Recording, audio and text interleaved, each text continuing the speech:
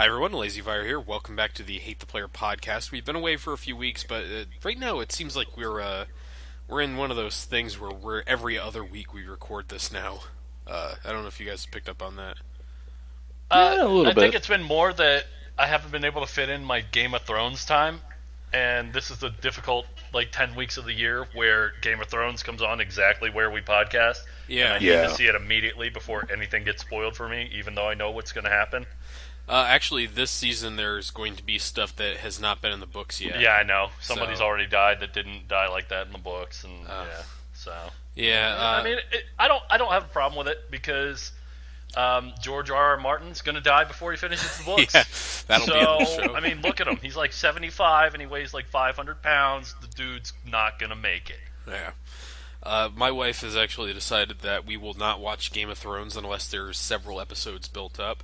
So we actually caught up on it this weekend while going right through two mags of Asti.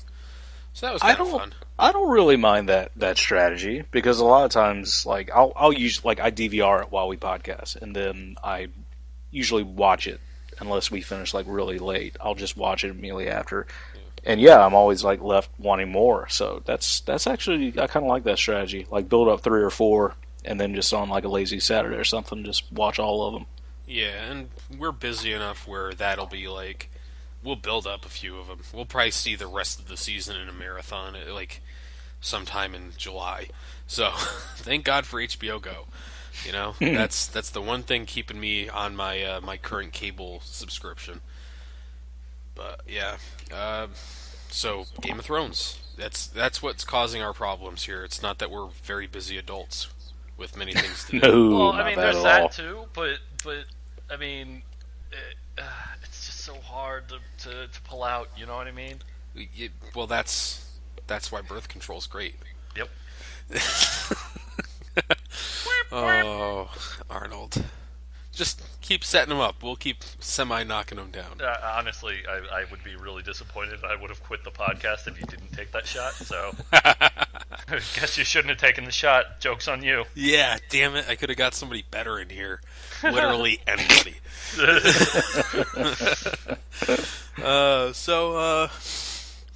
Obstinately, this is a podcast about video games, but Three Toes, how has your beer making experience continued on? Really, really good. I think it's finally, I don't know if it's exactly hit its peak flavor, but it's definitely mellowed out a little bit to where, new beer has a kind of distinct, they call it a green taste to it. It's not bad at all. It just tastes, I don't know, it's kind of weird. You can kind of tell new beer from slightly aged beer. Yeah, I think I've had that a couple times with some of the officially brewed beers, not the homebrew stuff, but I've gone in and bought things before that were, you could tell that they were bottled and sold maybe a bit before they should have been. Right, and there are certain things a commercial brewery can do to minimize that, but of course I don't have the money or resources to do that. The problem is I pretty much drank it all already. And I'm pretty sure given we all just heard that giant fucking... Yeah, that was not me. That was me. Hi. But you drank through your entire stock of... Most of it. I've got a 6-pack left, but those are reserved for some friends that are out of town that I haven't had a chance to see yet that really want to try it. So there's 3 of them that I need to share beer with, and 3 for me to share with them while we drink them. But no, I mean, fuck, I had 2 of them last night just because I really like the way it tastes. I think that's the highest mark you can give the beer you brew yourself. I don't hate my beer. It's fuck it, I love drinking it. When I make bread, I don't like the bread I make, but I eat through it anyways because I made it. Damn it! That's actually something I want to try with future batches is drying out my grains after I've mashed them and making bread with them. A lot of people make beer bread with spent grains. Brewer's bread. Yeah. That'd be kind of neat, actually. See and I have friends that have a donut shop here in town, and they really want some of the grains too to try and make beer donuts. Ooh, that'd be the new thing after the Cronuts hit their apex. Beer donuts. months. I went to a big ass beer fest. It was I think they said 85% of all breweries in Connecticut showed up to this thing. It's called Hop Fest, and Clever. yeah. What are some of the bigger name craft breweries in Connecticut? I'm not really sure of anyone who actually brews in Connecticut. Tenpenny Ale. Like that's the name of the brewery? Yeah. No, but like 10 pennies up here, and there's like a few smaller ones and whatever. But I'm talking. This is so local that on the way back to the car, we saw one of the breweries that was there. Like it was just there. But no, Connecticut actually is home to the top-rated brew pub, quote, in the world, according to the New York Times. It's Willimantic Brewing Company, which is actually right down the road from where this festival was. And so, like, they had a station there that was kind of like whatever. But what was really interesting, they had Thomas Hooker. Thomas Hooker is like the famous craft brewer in Connecticut, and City Steam does some. They're a brew pub in Hartford. But yeah, they did everyone had a sour this year. Like, of course they did. That I was told by a couple of the guys that were at the tables that sours are the new IPAs. Everyone is making a sour right now. Yep. And it's like the IPA market is just saturated. Everyone who's going to get into the IPA has gotten into the IPA market. It's, you can make one if you want to, but you're not gonna beat the Alchemist or whatever the fuck, and you're not going to beat the price on a Sam Adams. The only people that might get into it now are like Coors doing an IPA or something like that, they said. But sours are the new craft brew. We had that and barrel aging. Oh yeah, the barrel stave aging. I want to say a whiskey and a tequila barrel aged. Yeah. And the reason is, and the sour thing is, like, I'm not a huge, I say this as I'm drinking a sour right now, I'm not a huge sour fan.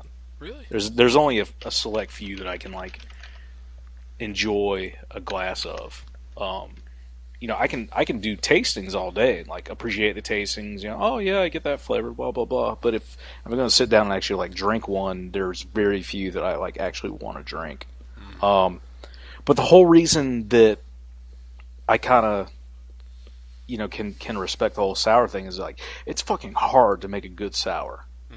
Like, the whole IPA and barrel aging thing, at least with the IPA thing, like, you can cover up a shitty beer by just adding a ton of hops to it. Oh yeah, like that's what most easy, IPAs are. Yeah, because then all you taste the hops. And same with the barrel aging. Like, you can take a fucking really generic stout or porter and throw it in a fucking get your hands on a good, like, Willet bourbon barrel or a Pappy Van Winkle barrel, and it'll come out good and just taste like bourbon.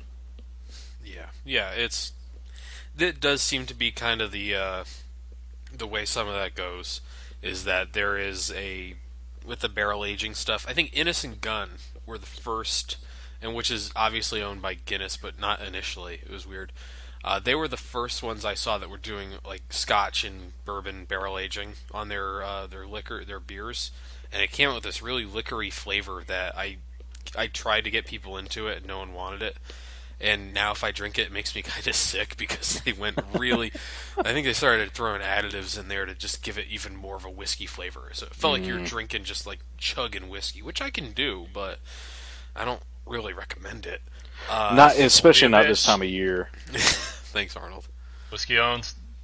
I have a bottle of Maker's Mark and a bottle of Cabin Fever in my beer fridge up here. So, yeah, it's pretty good. But, yeah, getting back to the topic at hand, sours, they're pretty awesome. I actually like them a lot. I've only had before that day, I only had one. And that was like a Dutch special sour or something like that. And the ones we had there the other day were absolutely fantastic. So, I don't know if they distribute up there, but one of the breweries here, Westbrook, has got a lot of, like, worldwide fame for a Goza they put out a couple years ago. So it's in, like, a white can, GOSE, but if you can find it. to me it's more salty than sour, which is probably why I like it. That's what I'm drinking right now. That's what you said. Yeah. Exactly. But yeah, Gozas are pretty much the only. Those and some Grand Crus are like the only sours I really like. Yeah. Yeah, it's... Man, sours have not really invaded the liquor stores up here. They're kind of like, I can go to a restaurant and order one for $12. Oh, God. Yeah, they're that rare. But I'm hoping... We've actually gotten really good with one of the local liquor store owners. Because my wife came in and told him, "Hey, if you order this stuff, I will buy it." And she's bought 2 4-packs every weekend since that happened. And so the guy is like, "Oh, he's ordering it basically just for her." Nice. But we're putting his kids through college, so whatever, right there. Lady is putting my kids through college. I'm glad someone got that joke. But yeah, we might go in there and see if he can get any sours in that are any good. But hey, it's shandy season. Harpoon did a grapefruit shandy this year that's really good.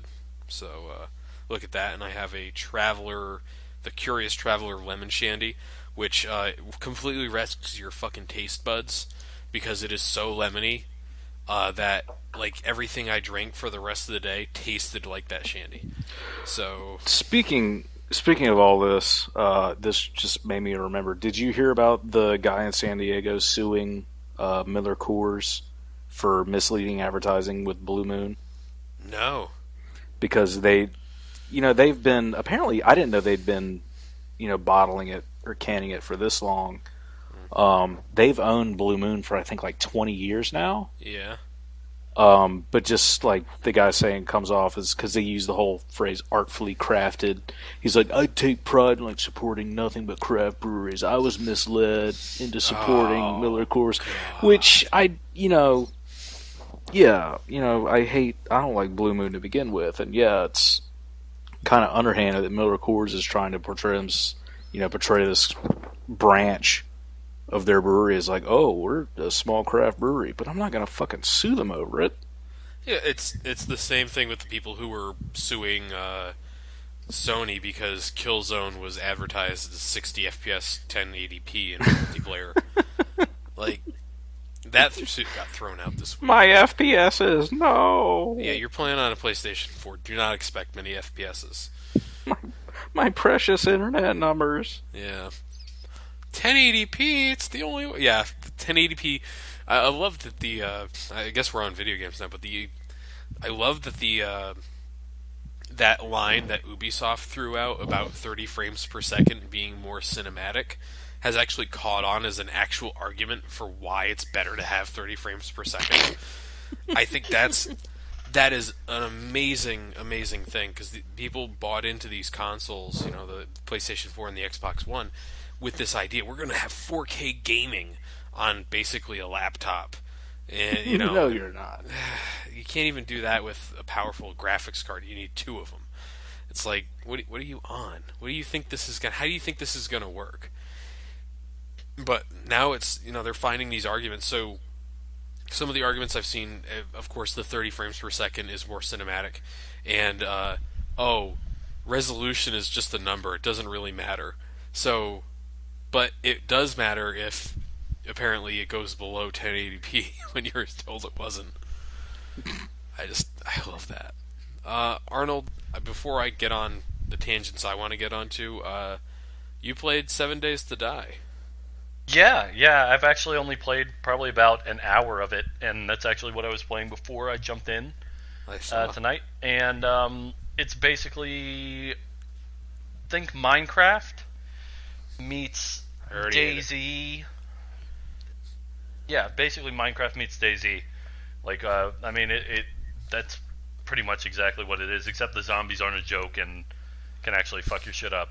And they will fuck up, like, they'll break into your buildings, they'll bust down walls, stuff like that. They're an actual threat, and you actually have to put effort into having a base worth of shit. You can't just dig a hole. While hopefully not getting murdered by players. Yeah. Which you will be, all the time. So is it kind of like a MMORPG then? It depends on the server you're on. But it's I've been basically learning the game because it's not very friendly. You definitely want to look at how to play, even if you played Minecraft, because the crafting's there and all that, but there's a lot of not super intuitive stuff, and you don't really know what you need to build first. I mean, obviously an axe of some kind, but how do you make the axe? Oh, well, you have to break down the grass to get plant fibers. You have to get a stone, and you have to get a stick. So, yeah. Yep. Yeah, but I mean, that's probably my biggest complaint so far. It's a pretty good-looking game, considering you can modify the geometry and all that. It's actually voxel-based and not pixel-based. Yeah. So that's funny. But other than that, yeah, so far so good. I don't really have a whole lot to say more about it, but it's basically exactly Minecraft meets DayZ minus the joy of poisoning people. Yeah, well, darn. Oh, You can't put a weird taste in their mouth? No. Sad. not every game can be a solid 10. Nope. Nope. Oh, well. So, you're enjoying that then? Your $12 well spent? Yeah, it wasn't bad. Was not bad at all. But let's see what else I've been playing. I don't know. Last week was finals week, so I didn't really get to play a whole lot. Mm-hmm. But just the standbys. I've been playing through Batman Arkham Origins, which I think I mentioned probably a few months ago. But it's one of those games that I just came back to, and goddamn, that game just looks fucking good. Yeah, I really like the graphical style of it, and it's got this kind of cartoony feel to it, but not. But it's a good balance between realism and this. The characters can still look kind of not real. Right, it's basically straight up looking like Arkham City and Arkham Asylum did before. Well, right. Exactly. But, I mean, I forgot how much I really enjoyed the style of it, and goddamn does it look good on a 1440p monitor. Mm. Yeah, so. I was actually watching, I don't know if you've seen Scruffy from the Let's Play subforum is doing a full Let's Play of the game. And I'm watching that, and he constantly is kind of mentioning, listen, this game is not really very good. It's serviceable, it has interesting things in it, but it's not really up to the standard of the other games in the Arkham series. I haven't really gotten too far in it. I've just played it here and there, but I really, the basic combat's the same. The graphic style is pretty much the same, and it's I mean, I'm enjoying it, but granted, I really really like the combat in it. Mm-hmm. So it's kind of this weird. It's like you get momentum basically going. Like you have to hit people like 3 or 4 times, then you go into this what's called free flow, and you're bouncing around between all the people, and it's kind of like keeping plates spinning because let's say you're fighting 8 guys. Well, you got to make sure that one's down. Then you go over to this one. Oh, this one has a knife. You can't block a knife, so you have to like cape flap. I mean, it's kind of it's almost like a quick time event, but yeah, but I know fun. what you mean. The way you have to sort of identify the combat situation and right, and modify you have to respond appropriately. Yeah. And then a guy can hit you while you're doing it. You have to counter. Mm-hmm. It's basically you're pushing the stick. I use a controller because I mean that's the only way you play action games. You you tilt the stick to whichever guy you want to go to. You hit your punch button or counter button or your cape button or your jump button. Yep. And he'll just kind of fuck off and go that way and hit him and do whatever, or you'll get hit if you fucked up. So, but it's fun. It's enjoyable and it's kind of mindless, and I like that. Well, not mindless, but it's very impulsive. Right. Yeah, you've got to. You have these impulses like, I'm going to hit this guy, I'm going to do this, and exactly. You end up like going, oh, I accidentally tried to punch the shield when I should have stunned and jumped. And, right. Yeah. Right, and yeah, you can get fucked up pretty quick. Yeah. Oh yeah, I know. But I heard Origins actually throws a lot of the different enemy types at you much quicker in the game. Yeah, no, you find the knife guys, which were usually a little later. Like I've already found them maybe a couple hours into the game. and they will really fuck up your shit if you're not paying attention. All right, thank you, Three Toes, for that picture. Isn't that fucking horrible? That's a real picture. Yeah, it just popped up on my Twitter feed. God damn it. Yeah, that's a bit much. I guess everyone's gonna see it, so yeah. Everyone, all 5 of them. Well, yep. Thanks, Mom. Hi, Mom. It looks like Arnold actually has to go say hi to his mom, anyways. So. No, there was an unexpected thing. It's not girl related or anything. It's just bullshit. No, really, it's not. It's not. My best friend's sister just called, and wow, that sounds weird. But my best friend's married sister, whose husband I'm actually friends with, and he's really cool, and she's really cool, and their kids are amazing. She texted me, and she's like broke down somewhere, and nobody's responding. So I will catch you guys soon. All right, man. Later. All right. Good podcast. Good talk. Good talk, guys. Yeah, yep. Good talk. See you out there. See you guys. So with our dead weight gone from the podcast for the it's not like you listen to this thing anyways. So with Arnold vanishing shortly, I wanted to get into something that was kind of bugging me, and I talked to my wife about it because it was bugging me that much. Wow, this sounds really bad. I just love the fact that you're probably talking about video games with your wife. Oh, I am. But I was trying to get better at Counter-Strike, which has not That's been a happening. futile effort. It really is. There are people in that game who put way too much time into that and are very clearly riding a sweet spot where they don't get enough wins to go to the next bracket. I was watching these tournaments and I clicked on this random team name. It's Big Monkey Gaming or something like that. And I was surprised to find out from clicking on that game that there is a female-only Counter-Strike bracket. Really? Yeah. They get way less money for a win, and some of them are really fucking good and probably should be playing against, the teams that are semi-famous and getting $50,000 per a tournament win. It bugged me on a weird level that in a video game, you have to have a separate women's tournament. And the way my wife approached it was, hey, isn't there a lot of weird harassment when women show up and play on somebody's team? Even if they're doing as well as a male player, they get told they're terrible. And a male player may not be told they're terrible. It's it's tournament play. It's a little bit different. And it's, but do you want them in this tournament where they might get told they're terrible just because they didn't do as well as a guy? If they lose, if they don't beat the guys, then it becomes a whole, hey, maybe women shouldn't be playing against men anyways. So it's they separated them because, they're trying to not have this weird harassment happen. But I can understand that, but at the same time, it's a fucking video game.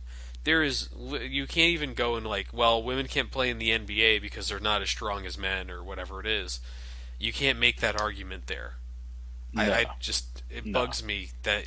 Well, then the impetus is on the individual teams to pick up a female team member. Oh, definitely. I think that's a big thing, but I think, this goes to something else that came up this last week. There was a Hearthstone, which is a collectible card game that Blizzard put out. There was a Hearthstone tournament, and they only invited men to the finals because, it was a competing final for something, and they only invited men, and they're but why not? Why can't women be at this thing? And it was because by the rules of the competitive Hearthstone, whatever the fuck, women cannot compete in the tournament. Straight up could not. In 2015, after the whole fucking Gamergate, I don't like women thing that people were trying to stop, that is still a rule in a tournament for a game that gets more views than a Counter-Strike tournament. You know, that Hearthstone is up there with League of Legends in terms of people watching this shit. League of Legends, by the way, not really great at incorporating women. Same thing with StarCraft 2, all this other stuff. There are women out there who are good as men at any of this stuff that are just not getting their fair shot at it because there are these backwards rules in these tournaments. And it drives me absolutely fucking nuts because I thought we had moved beyond this last fucking year. Nope. Yeah. Well, I mean, you've got to look at who's, behind the, quote-unquote governing bodies. Yeah. That's, Oh, and just to satisfy any Spurgs that might be listening, I said impetus a while ago when I meant onus. Sorry. Whoa. Sorry, folks.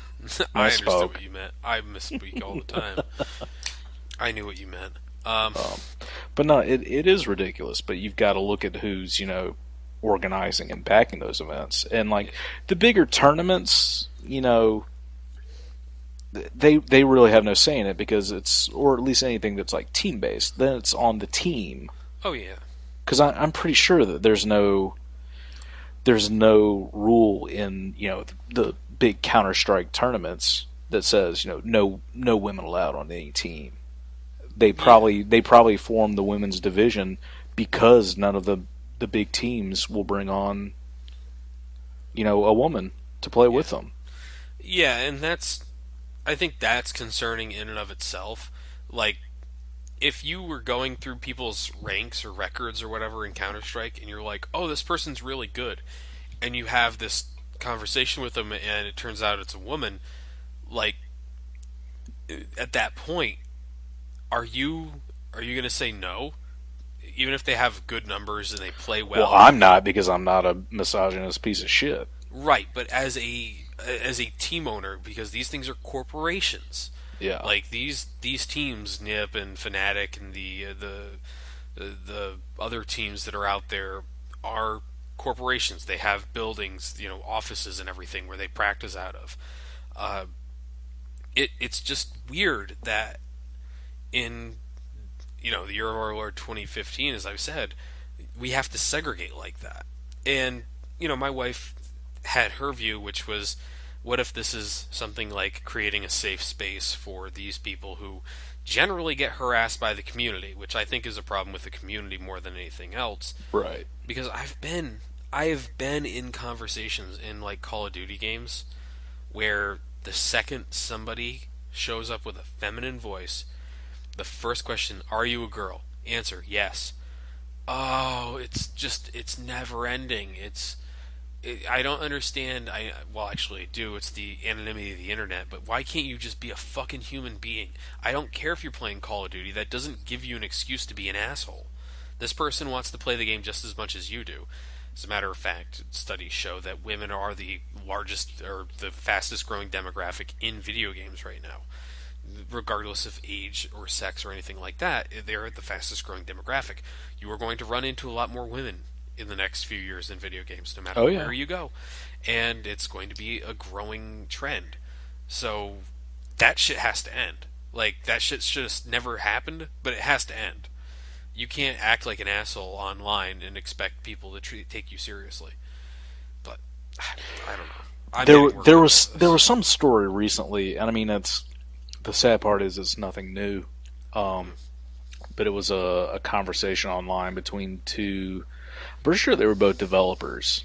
One a guy, one a girl, and the guy was asking her if she had heard any release information on some new game that was supposed to be coming out or it was still in development. If she'd gotten any details, blah blah blah.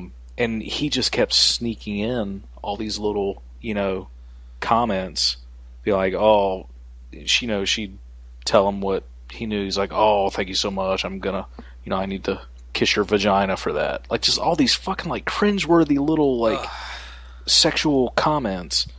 And dude's typing clearly. You can see, everything he typed out in the screen caps. And now the story's come out. He's trying to say that he was drunk at the time and was just trying to turn the conversation sexual the entire time. Is just fucking get over it. Yeah. Yeah, it's a serious thing, and I think I think a lot of people were really uncomfortable in the last year when the lens was turned on people who play video games. And these studies came out that were saying, they're not very tolerant, as it were. And all this other stuff. I mean, this is why people were freaking out over social justice in video games and everything like that. But it like the whole Gamergate thing, a lot of the people who were going out of their way to this is about ethics in game journalism or whatever. They were just basically there to sexually harass and marginalize women, and it was like, you guys, what's going on here? I do love that there was supposed to be a Gamergate conference or something like that, and it got fucking canceled because either the hotel decided not to let them use the conference center, or they couldn't get security to work with them or something. I think they couldn't get a license for it. But yeah, that was just bugging me. It's been bugging me for weeks. Ever since I saw that, I meant to talk about it 2 podcasts ago, and I just never got to it. It's just one of the most insane fucking things I've ever seen. And it was treated as perfectly normal and okay. It's oh yeah, it's the women's tournament. And by the way, it was won by this team that I swear to God I must have played against them today, because they made the other team look like fucking amateurs. The other team won a single round. My God. Round out of the 17 they played. 16-1. That was the score. And it was just there was never even a chance. They never even had a fucking chance. And you're just watching, it's my God, they're taking them down, step by step, and just playing with them. They don't even need to do anything. And you're watching this, you're okay, I'm learning a lot. Why aren't they playing against men? I don't understand. You can have an all-female team. Let them play against the men, too. I don't care. Yeah. How about you just let teams play against teams? Let them qualify. It feels like they added the women's tournament as a complete afterthought. That's the problem I have. Yeah, probably. It was probably a last second, oh, they're female teams, right? And it's just throw them into the tournament.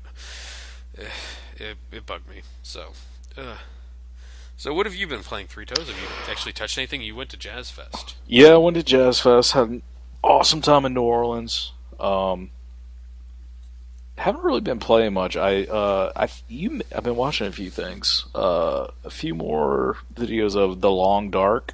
Yeah. Which, basically... Is anyone good at that game? Is there a way to be good? Generic B's been doing pretty decent at it. He's been surviving 6 or 7 days at a time. Oh. But it basically watching him play, and he's even said it's basically turning into an eating and drinking simulator. Because you have to keep up your calorie count and your water intake. You have to be so vigilant on it that you're constantly having to find something to eat. Oh, yeah. And constantly having to, get safe water to drink. And it's still, quote unquote alpha gameplay. So I'm not sure if they're going to incorporate a story to it, or if the story's in it right now. But the whole premise is that you're in this mysterious area in Canada, dropped off in the wilderness somehow. Have no idea how you got there, and you're the only person alive out there. You find all these frozen corpses, around the map, and you've got wolves chasing you at times, but you just come across cabins and campsites and just basically survival game, but it says zombies or wolves. Yeah, it's I played that, and I was terrible at it. Yeah, it's God, everything you have to do in that game takes forever. Yeah. If you trying to light a fire takes 30 seconds, which doesn't sound like a lot, but when you're sitting there watching a progress bar that says starting fire, yeah. and you have a chance of it failing. Yes, because you don't have a tinder box or something, yeah. Or accelerant or fuel or whatever. Yeah, you got to carry 80 things around with you to get a fire started. Right. It's just find a fucking match, dog. I think it's a neat idea. I kind of like survival games, but it's still very, very young. Like, it'd be interesting to see how it develops if it ever comes to like full development. One thing that kind of bugs me about it, I don't know if you noticed this, but at least watching video of it, the perspective that it's played from makes you seem like you're really short. Yes, yeah. Like, all the grass is really tall. Like, you only come up to, like, it seems like 2 or 3 feet on a tree. It seems like you're walking really low to the ground the whole time. It's like the camera's outside of the guy's, or coming out of the guy's waist instead of his head. Yeah, it is weird, and I always thought that was like the fences in the game. Like, one of the cabins you'll find pretty early on, the fence is like 30 feet tall, apparently. It's just like, how come I can't jump this thing? Oh, because it's up in the fucking sky. It's perfect. It's actually part of the story. You're a little person trapped in the Canadian North trying to survive. Yeah, it's a problem. But I also, just today, you might have heard of this guy. I hadn't heard of him before. I don't think he's on YouTube. He's on Twitch a lot, called Low Tier God. I have not heard of that guy, but it sounds cool. They say he's a lot like Darkside Phil. So he only plays fighting games like Street Fighter, Mortal Kombat, blah blah blah. And you can find him on YouTube. Some people upload his Twitch footage to YouTube and show him just constantly rage quitting, talking trash on other players while he's getting beaten by them. Yeah. Like, it's like, oh, that's Scrubs playing like a flowchart character, like he's just doing the same moves over and over again, blah blah blah. Well, then why aren't you beating him?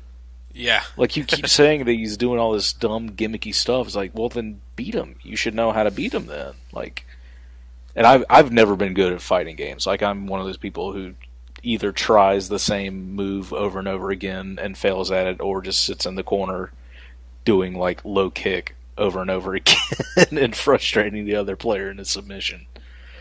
But yeah, he just seems like a horrible human being. And he was on it's one of those YouTube channels that tries to do like gaming tournaments or whatnot, but they do grudge matches between, online personalities that have some kind of beef. Well, this Low Tier God guy had, was talking crap on this other guy called Viscerant or something. I don't know. Oh, is that what this thing is? Because when I typed Low Tier God into YouTube, it was Low Tier God versus Viscerant was the first thing that popped up. They had like a beef online or something where he, basically was saying that Viscerant had no life and he just sat in his room all day playing games and looked like he was on drugs, when in actuality that guy has like 3 jobs and works for some like charity, like getting homeless people off of drugs. So, long story short, it's just a skinny, like nerdy looking little white kid. Low Tier God is a very athletic looking black gentleman. Yes, I was going to ask that question.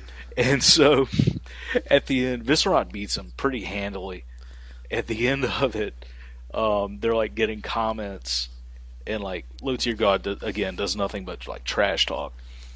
So they're getting these comments. He's like, Low Tier God, I just want to say to you, like, there'll be a time to where you're going to forget about this loss, and you're going to want to come back at me. He's like, he's like, before you do that, make sure you wash the taste of my dick out of your mouth. like right to this guy's face. And it's like the greatest thing ever. Just like, the guy's like in the room with him and he says this? He's like right there. They're in front of a crowd of people. He like publicly humiliates this guy, telling him to wash the taste of his dick out of his mouth. Oh my god, that's amazing. So yeah, skip to, if you watch that video, like the first 3 to 5 minutes is like trash talking, like the last 2 minutes is like trash talking. It's really, really funny. Neat. Just to see this kid just fucking tell this guy off. That's amazing. Holy shit. And apparently it was like I keep hearing mixed stories if it was $200 or $2,000 like wager on the match, and Low Tier God kept like ducking the matchup until someone else would put up the money for him. So he had nothing to lose. My God, and apparently he works sad. at McDonald's and like, yeah, couldn't have like fronted that money anyway. But Yeah, Low Tier God's YouTube channel, by the way, is nothing but him like working out, like at a gym.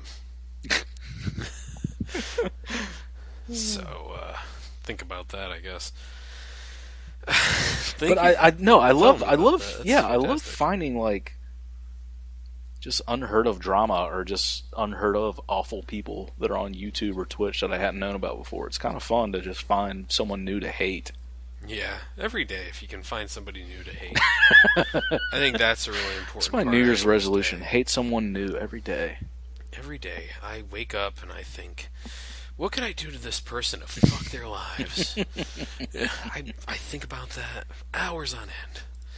Yeah, I feel like, going back to the same people over and over again, your PewDiePies and your, what's that jackass? Markiplier.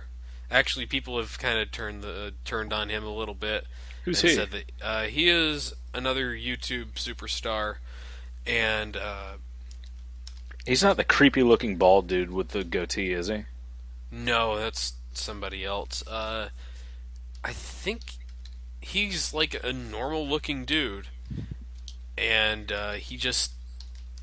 I'm trying to think of the way to describe him. He's just like a guy with glasses. He's normal looking. He's well respected, whatever.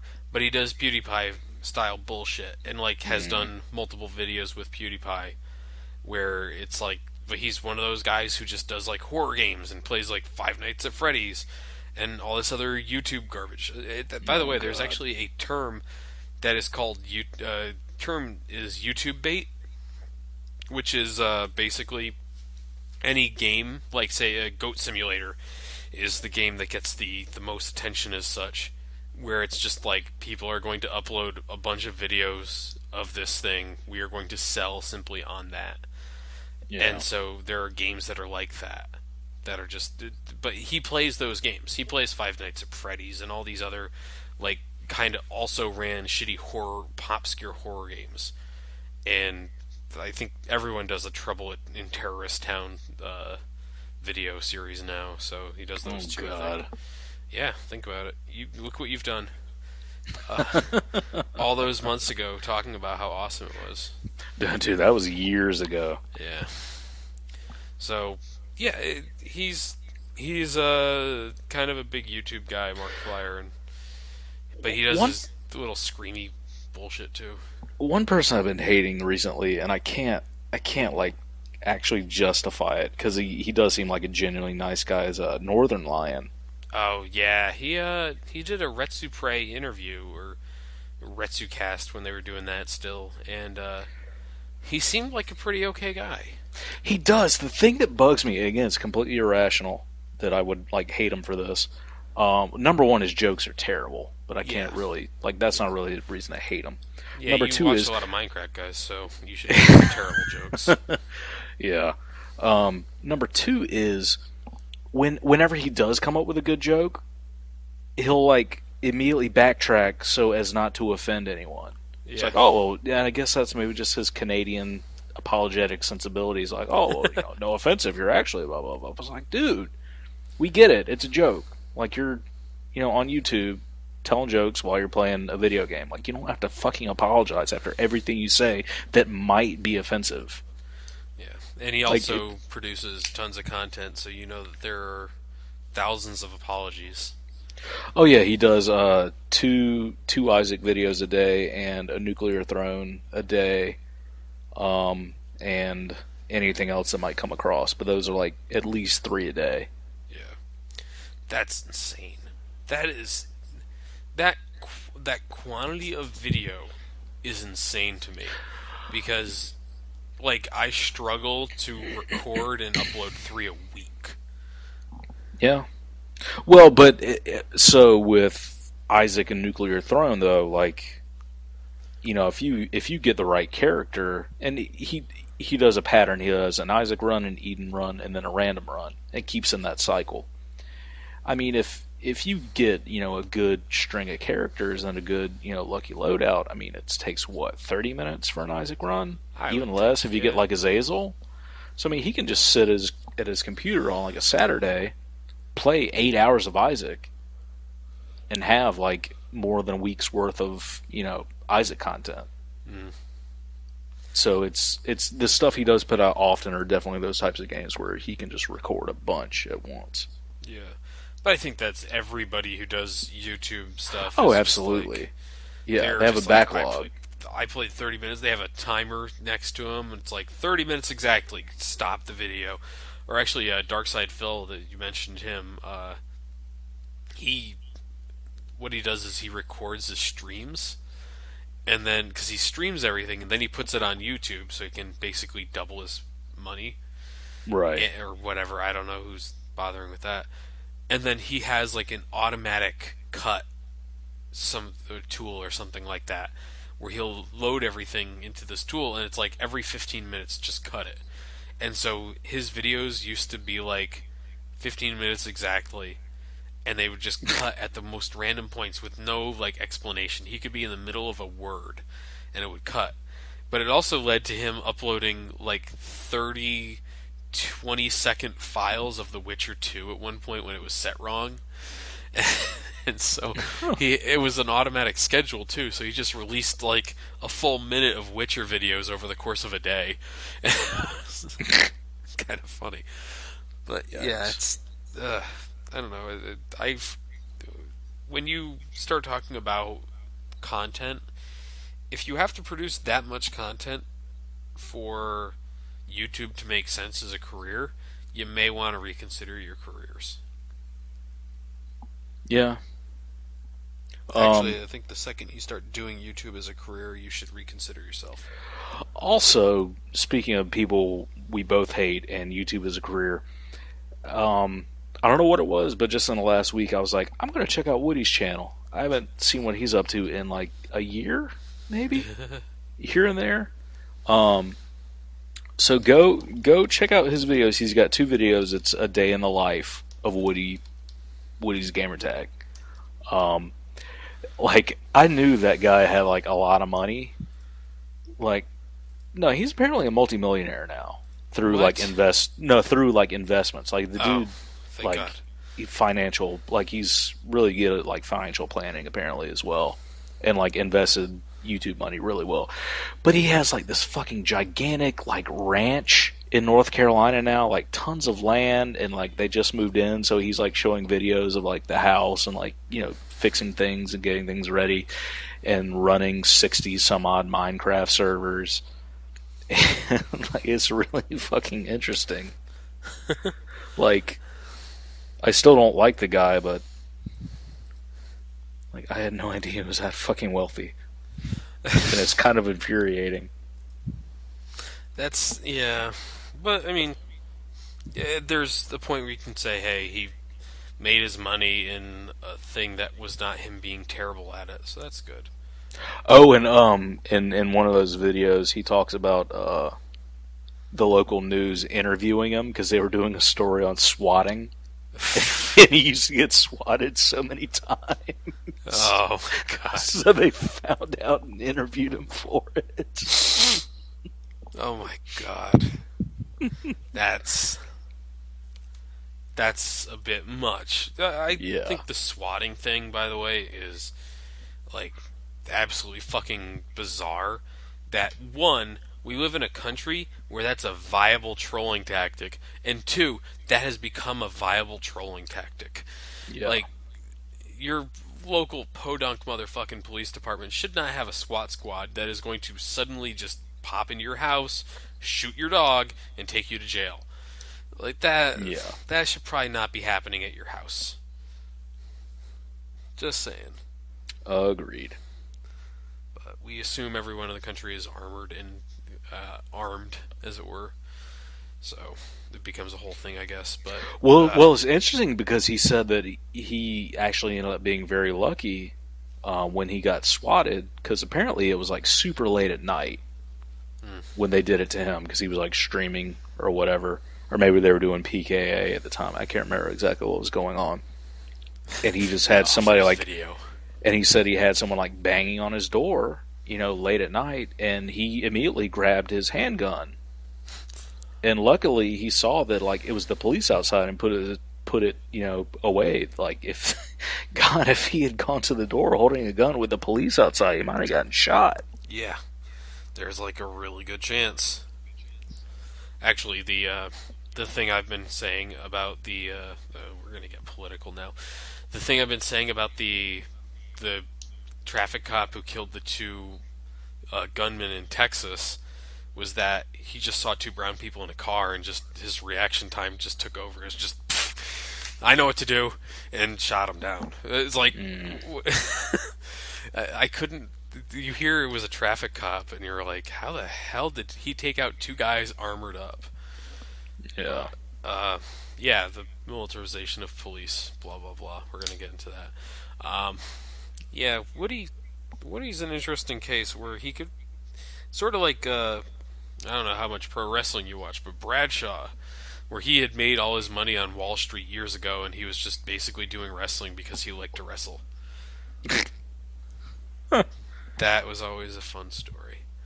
But I mean, these guys, I would hope that any of the guys who got money off of Call of Duty, and I'm sure Wings of Redemption doesn't have any left, but I would hope that those guys had done something smart with it before they got out. Because Call of Duty now, hilariously, retains less players. Call of Duty Advanced Warfare, the most recent one since the launch, has retained fewer players in terms of percentages than Battlefield 4 has. Yikes. Battlefield 4 is 2 years old almost. Advanced Warfare came out in November. Like, by percentages alone, Battlefield 4 has retained more players. Good lord. Now, Hardline is a completely different story. Hardline is the top played game on the Xbox One and the PlayStation 4. On the PC, there are less than 5,000 people playing at any given time. And Battlefield 3 on the PC, 11,000 people playing.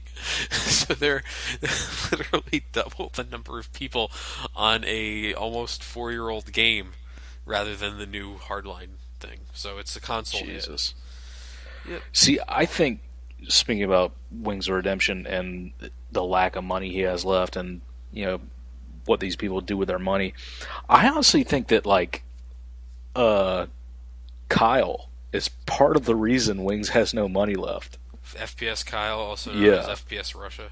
Yeah, because he was convincing him to buy all those new trucks and everything when he had that money rolling in.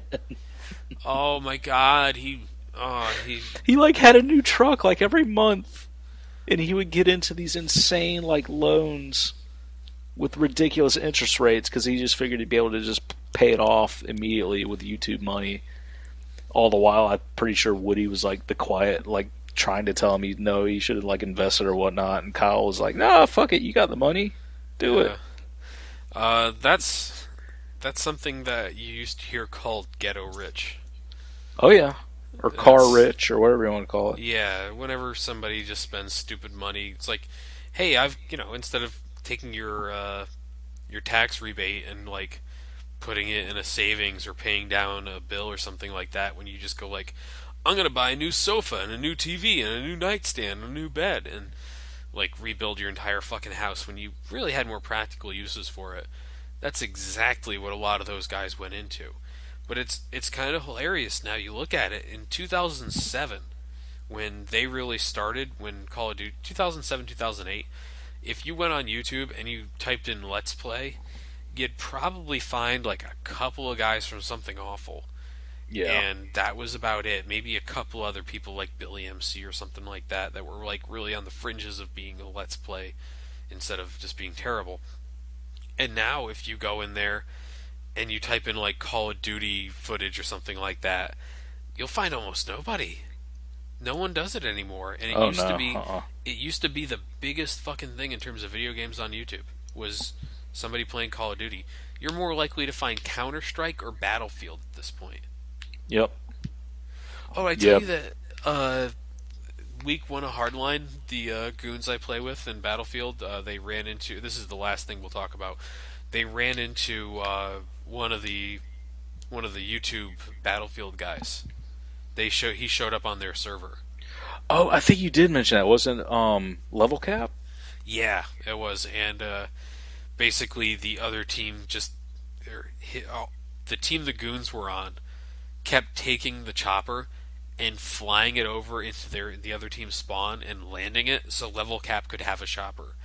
Yeah, they're like throwing it for him. Yeah, he had a sycophant squad that was just giving him stuff. And so, like, the server messages were changed. Like, Level Cap, get your ass out of here, no one wants you. Because he was causing such a server problem.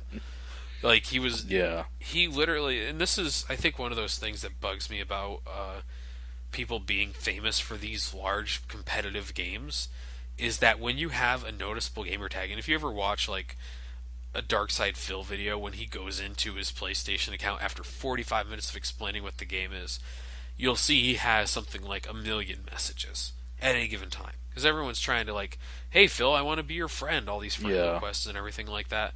That happens with the guys who play these games on, you know, Battlefield and stuff like that. People will be like, hey, I can be friends with this guy. And they try to prove it by following him around in games and giving him advantages over the other team. And so you'll see him like, oh yeah, I have this A10 despite the fact I'm the Chinese because this guy on the other team gave it to me. And don't mention that in the comments because I'll ban you. And he actually, he blocks chat like a bitch. So he's got to have like a TeamSpeak or a Mumble just so his sycophants can actually like communicate with him. Yeah. I'm going to do this thing for you so you will be special. It bugs me. If people ever started like following me around or recognizing me in a game, I would feel super uncomfortable about that. I would not be happy. But some people seem to thrive on it. Well, I mean, that's for some of them. That's the only way they remain good. Yeah. I think that's actually a very very valid point, because you watch like Level Cap, it's kind of hilarious to watch his videos because half the time he's playing as a medic. He throws down a medic bag for himself wherever he is, and then he has a train of other medics right behind him to heal him if he goes down. And if he's driving around in a tank, you can bet there's like 10 engineers always there to repair him. Like, it's kind of impressive. Like, oh, yeah, this guy's really good at this game. Oh, no, he's not. No. He has basically a circle of people just, like, protecting him constantly. Yep. Then I'm sure if he, like, tried to change his name and go into a server or something like that, he'd get his ass kicked and would just rage quit within 5 minutes. Like, these guys are cheating. But, you know, whatever. Whatever. So, anything else you want to talk about? No, that's about it for me. And good timing because my laptop's about to die. Oh, hey. I don't know where my charger is. Ooh, that's bad. It's probably in my office. Oh, good luck. Yeah. Roll Tide? Roll Tide.